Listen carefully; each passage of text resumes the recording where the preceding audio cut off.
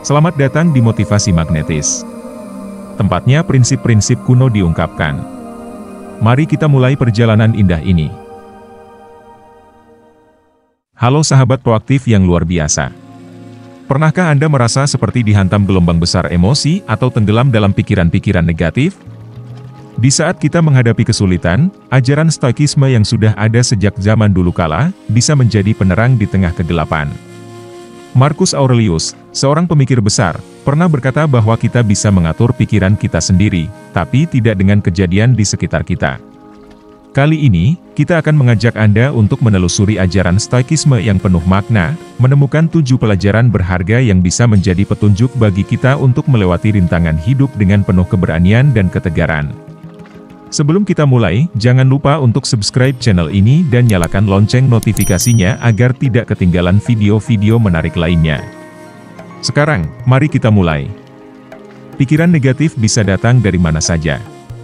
Ketakutan, kecemasan, atau bahkan dari tekanan sehari-hari. Tapi, stoikisme mengajarkan kita bahwa pikiran negatif itu tidak lebih dari persepsi kita sendiri terhadap realitas. Prinsip utama stoikisme adalah membedakan antara apa yang bisa kita kontrol dan apa yang tidak bisa kita kontrol.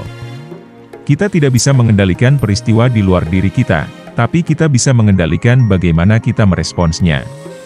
Ada beberapa pelajaran stoik yang bisa kita praktikkan setiap hari. Pelajaran yang pertama, refleksi diri. Refleksi diri adalah kunci untuk mengenali pola pikir kita. Setiap malam, luangkan waktu untuk merenungkan hari Anda. Tanyakan pada diri sendiri, apa yang bisa saya lakukan dengan baik? Apa yang bisa saya perbaiki? Ini bukan tentang mengkritik diri sendiri, tetapi tentang belajar dan berkembang.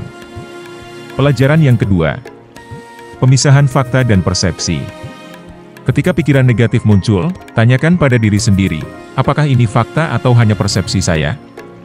Stoikisme mengajarkan kita untuk memisahkan fakta dari interpretasi kita, yang seringkali bersumber dari emosi, bukan logika. Pelajaran ketiga, kontemplasi kematian atau memento mori. Memento mori, atau mengingat kematian, mungkin terdengar suram, tetapi ini adalah latihan yang kuat. Dengan mengingat bahwa hidup adalah sementara, kita bisa mendapatkan perspektif tentang apa yang benar-benar penting dan melepaskan kekhawatiran yang tidak perlu. Pelajaran keempat, amor fati atau mencintai takdir. Amor fati, atau mencintai takdir, adalah tentang menerima segala sesuatu yang terjadi sebagai bagian dari rencana alam semesta. Alih-alih melawan realitas, peluklah. Ini membantu kita untuk tetap tenang dan fokus pada apa yang bisa kita kontrol.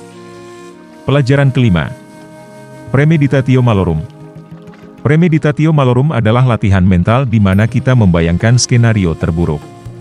Ini bukan untuk membuat kita takut, tetapi untuk mempersiapkan kita. Ketika kita sudah siap menghadapi yang terburuk, pikiran negatif kehilangan kekuatannya. Pelajaran keenam, perspektif objektif.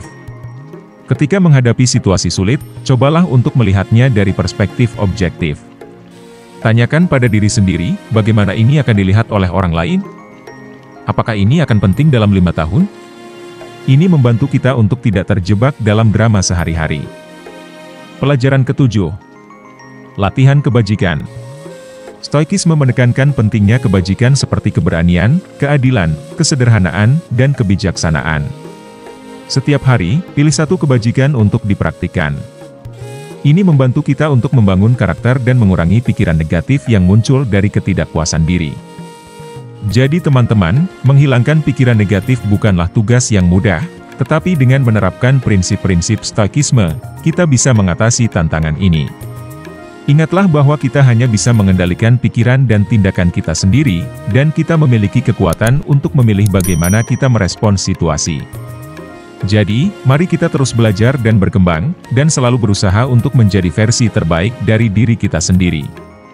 Terima kasih telah menonton, dan sampai jumpa di video berikutnya.